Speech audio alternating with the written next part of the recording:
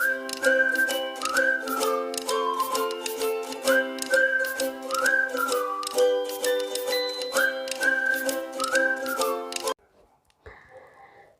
Everyone, I am Meenakshi Vashishtha. Welcome to Vashishtha classes. आज जो हम स्टार्ट करने वाले हैं, हम इंटीग्रेशन का ही नेक्स्ट फॉर्म हम यहाँ पर पढ़ने वाले हैं।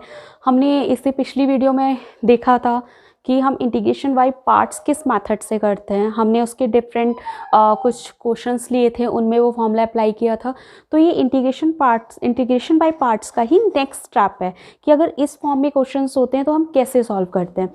तो देखो, अगर सपोज हमारे पास कोई क्वेश्चन है e⁻x f(x) plus f'(x) dx, मतलब कि एक e⁻x का फंक्शन है और ब्रैकेट में कोई फंक्शन है x का, और उसी के प्लस में कोई दूसरा है कि अगर मैं इस फंक्शन को डिफ्रेंशिएट करूं तो दूसरा टर्म आए। तो ये डायरेक्टली हम इक्वल कर सकते हैं। हम डायरेक्टली, इसका आंसर होता है e⁻x, जो भी फंक्शन है जिसका हम डिफ्रेंशिएशन करते हैं, जो डिफ्रेंशिएशन होके नहीं आता, जिसका हम डिफ्रेंशिएशन करते हैं, वो प्लस c डायरेक्टली हम कर सकते हैं। सपोज अगर हमारे पास कोई फंक्शन है e⁻x, अभी हमारे पास फंक्शन है सपोज sin x का डिफ्रेंशिएशन होता है cos x। अगर हमारे पास सपोज ये फंक्शन है, ठीक है, e⁻x sin x plus cos x dx, तो आप देखोगे ये हमारे पास एक फंक्शन है और इसी का डिफ्रेंशिएशन cos x यहाँ पर है। ओके, तो इसका जो डायरेक्टली आंसर आएगा वो किसके इक्वल होगा? e⁻x, वो फंक्शन, ये तो डिफ्रेंशिएशन है, वो नहीं, जिसका डिफ्रेंशिएशन यहाँ हम लेते हैं, that mean sin x plus c। अभी आता कैसे है, हम इसको उल्टा भी सॉल्व करके देखते हैं। तो देखो, इस फंक्शन को क्या मैं ऐसे करके लिख सकती हूँ, e⁻x sin x plus dx e⁻x cos x dx। ठीक है, अब ये क्वेश्चन दो प्रोडक्ट में है। जब भी दो टर्म्स प्रोडक्ट में होते हैं, then we are using integration by parts method. तो सबसे पहले हमारे पास ये फॉर्मूला होता था ना, आइलेट, ILATE। अब ये है एक्सपोनेंशियल, ये है ट्रिग्नोमेट्रिक। तो कौन पहले आता है? t। तो t अगर पहले आता है तो ये फर्स्ट हो गया, ये सेकंड हुआ। तो जो फर्स्ट फंक्शन होता है उसको बाहर, दूसरे को second e⁻x dx minus, then जो फर्स्ट था उसका डिफ्रेंशिएशन इनटू इसका जो था टर्म सेम ही आ जाता है, और जो भी टर्म है उसका इंटीग्रेशन, और इस टर्म को हम ऐसे ही लिख देते हैं। तो देखो आप, sin x e⁻x का जो इंटीग्रेशन होता है वो किसके इक्वल होता है? e⁻x माइनस sin x का cos x e⁻x का e⁻x dx plus e⁻x cos x dx। अब देखो, ये टर्म और ये टर्म बिल्कुल सेम है, बस एक प्लस में और एक माइनस में।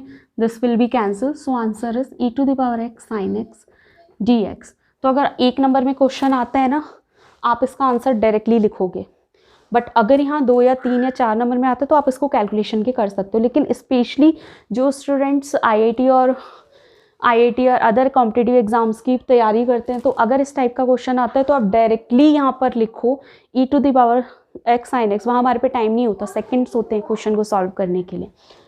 ओके, तो ये आइडेंटिटी आप हमेशा याद रखना कि अगर हमारे पास कोई भी फंक्शन है, प्लस में कोई अनदर फंक्शन है जो फंक्शन का डिफ्रेंशिएशन है उसके साथ प्लस में, तब वो डायरेक्टली आंसर हो जाता है e⁻fx इसके इक्वल। अब इसको और समझने के लिए हम एक और डिफरेंट तरीके के क्वेश्चंस यहाँ पर लेते हैं, पुटअप करते हैं, वो हमारे लिए थोड़ा इजी हो जाएगा। ओके, तो मैंने यहाँ पर एक क्वेश्चन लिया है, कुछ इसी तरीके से है, बट आप इस क्वेश्चन को देख के डायरेक्टली कहोगे कि यहाँ पर तो कोई फंक्शन x और ये प्लस में नहीं दे रहे। लेकिन जहाँ पर एक्चुअली हमें हिंट कहाँ से मिलता है, हमें मिलता है e⁻x से।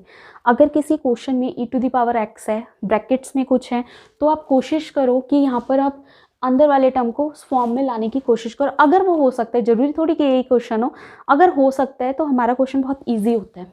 लुक, हमने यहाँ पर किया e⁻x 1 माइनस, हमारे पास साइन 2x की आइडेंटिटी होती है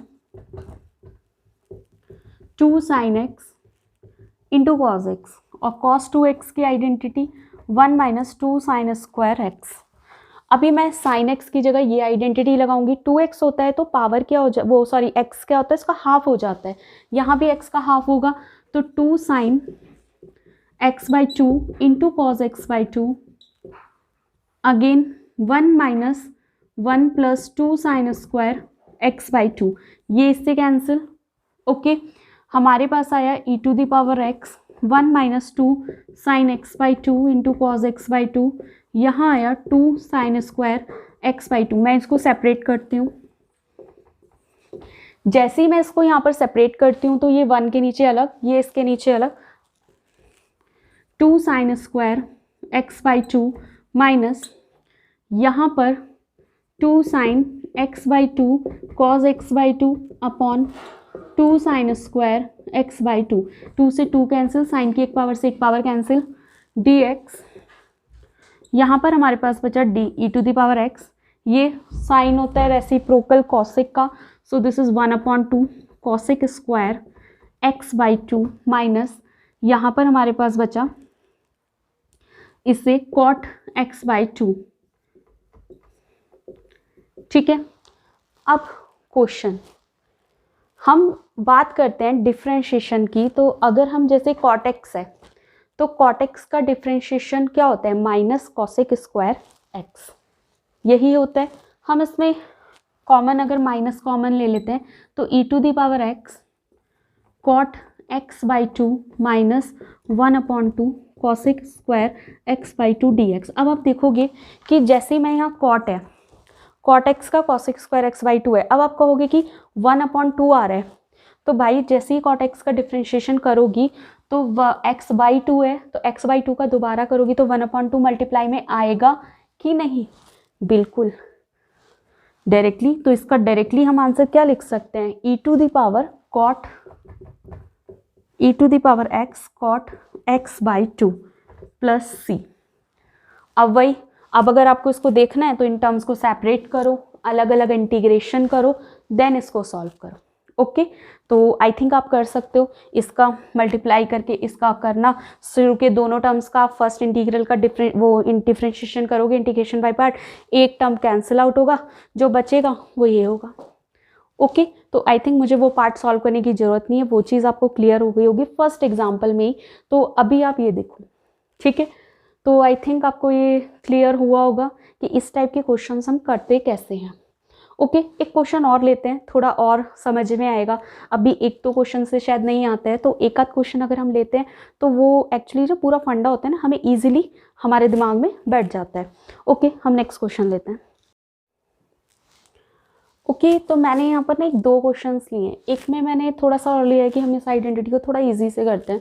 अगर आप देखोगे यहाँ पर ये फंक्शन अगर मैं f(x) लूँ तो tan x का इंटीग्रेशन log sec x होता है, बट अगर मैं log sec x का डिफ्रेंशिएशन करूँ तो log का 1/sec x, फिर sec x का डिफ्रेंशिएशन होता है sec x into tan x, sec x से sec x कैंसिल, बचा कितना tan x, जो कि ये है। सो ये फंक्शन x होता है, तो ये f'(x) है।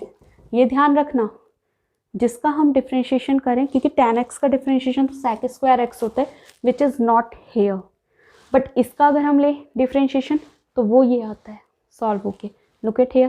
तो इसका हमारा डायरेक्टली आंसर क्या होगा, e⁻x log sec x dx। बाकी अगर आपको इसको सॉल्व करना है तो दोनों टर्म्स को सेपरेट इसके साथ लिखो, एक टर्म का इंटीग्रेशन करो तो दूसरा कैंसिल आउट होगा और डायरेक्टली हमारा आंसर आएगा। ट्राई करिए, जब तक ट्राई नहीं करोगे तब तक आंसर हमारे नहीं आएंगे, तो वो चीज़ आप ध्यान रखिएगा। अब आता है ये क्वेश्चन, ये थोड़ा सा अलग है, तो इस क्वेश्चन को करने के लिए थोड़ा सा ध्यान रखो कि जब भी साइन लॉग क्या होता है ना, वो एक्चुअली एक्सपोनेंशियल से जुड़ा होता है। ठीक है, तो इस टाइम में अगर आप देखोगे कि sign log x plus cos log x है, तो इस क्वेश्चन को ना थोड़ा सा चेंज करते हैं उस फॉर्म में। अगर आप जब तक क्वेश्चन नहीं करोगे आप नहीं कर पाओगे। अब आपको यहाँ पर e to the power x नहीं दिख रहा, दिख रहा है कहीं भी नहीं है, बट हम इसमें क्रिएट करेंगे। कैसे, देखो मैं क्या करती हूँ, इस लॉग एक्स को टी लेट करती हूँ। अब हमें पता है कि लॉग जो होता है अगर इक्वल के उधर जाता है तो जितना भी टर्म होता है वो उसके e टू द पावर में आएगा, e to the power t. अभी मैं इसका डिफ्रेंशिएशन करूँगी, d x equal to e to the power t और फिर टी का डी टी। ओके, अब हम इसको चेंज करते हैं, साइन लॉग एक्स की जगह टी प्लस कॉस टी और डी एक्स की जगह e to the power t d t. पूरा क्वेश्चन हमारा चेंज हो गया, sine t plus cos t अभी बिल्कुल फर्स्ट क्वेश्चन जैसा बन गया है।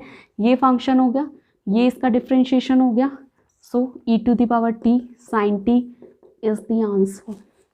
ख़त्म क्वेश्चन, बस इससे ये चेंज हो गया 3 लाइन्स में। तो ये चीज़ थोड़ा सा आप ध्यान रखो। ऐसे ही अगर इस टाइप के क्वेश्चंस आते हैं, अगर आप कर सके तो और भी कुछ बुक्स लो, एक्स्ट्रा क्वेश्चंस लो, आरडी लो, एग्जाम्पलर लो। इस टाइप के जितने क्वेश्चंस हैं, जितने प्रैक्टिस करोगे वो टॉपिक उतना क्लियर होगा। ओके, तो अभी इस वीडियो में सिर्फ इतना ही। I hope you liked it. अगर आपको ये वीडियो पसंद आती है please do like and subscribe and share to your friends. Thank you so much.